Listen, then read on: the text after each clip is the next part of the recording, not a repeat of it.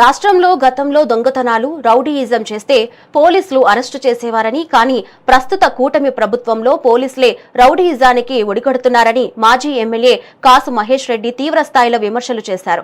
ప్రజలు అధికారమిచ్చింది దొంగతనాలు, రౌడీయిజం చేయడానికేనా అంటూ సీఎంను నిలదీశారు. పిడుగురాళ్లలో వైసీపీ కౌన్సిలర్ ఎస్సీ సామాజిక వర్గానికి చెందిన సూరిని అక్కడే సిఐ వెంకట్రావు ఏడాది క్రితం కొట్టి భయపెట్టి 35 లక్షల రూపాయలు వసూలు చేశారని ఆరోపించారు.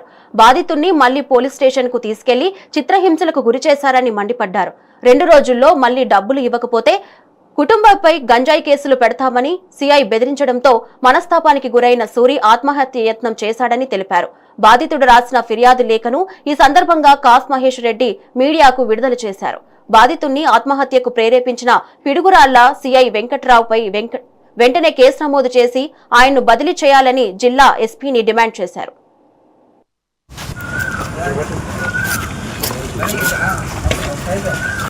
గతంలో ఎవరన్నా దొంగతనం చేస్తే పోలీసులు పట్టుకునేవాళ్ళు, లేదు ఎవరన్నా రౌడీజం చేస్తే పోలీసులు అరెస్ట్ చేసి వాళ్ళకి శిక్షలు పడేటట్టు చేసేవాళ్ళు. కానీ ఈ తెలుగుదేశం ప్రభుత్వంలో పోలీసులే దొంగతనాలు చేస్తున్నారు, పోలీసులే గుండాయిజం చేస్తున్నారు. మరి దీన్ని అదుపు చేసేది ఎవరు? అది మేము ఈ ప్రభుత్వాన్ని అడుగుతున్న ప్రశ్న. దొంగతనాలు చేయడానికి, గుండాయిజం చేయడానికా మీకు అధికారం ఇచ్చింది? చంద్రబాబు నాయుడు గారిని ముఖ్యమంత్రి చేసింది ఈ రాష్ట్రంలో.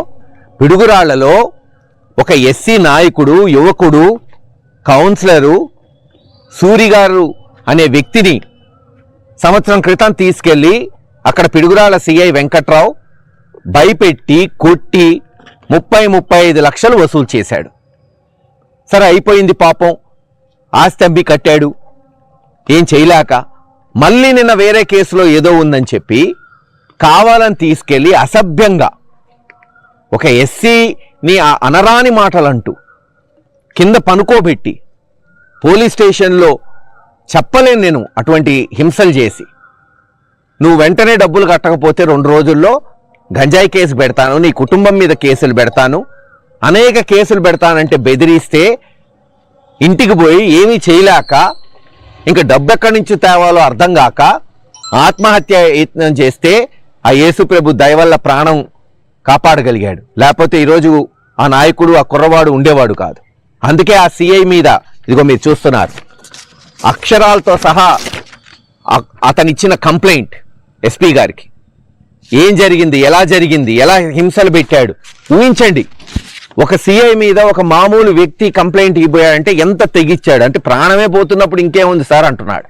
ఇక నాకు వచ్చేదేముంది, నన్ను భయపెట్టేదేముంది, దేవుడి దయ వల్ల బతికాను కాబట్టి ఎంత దూరం అన్నా పోతాను, కంప్లైంట్ ఇచ్చాను.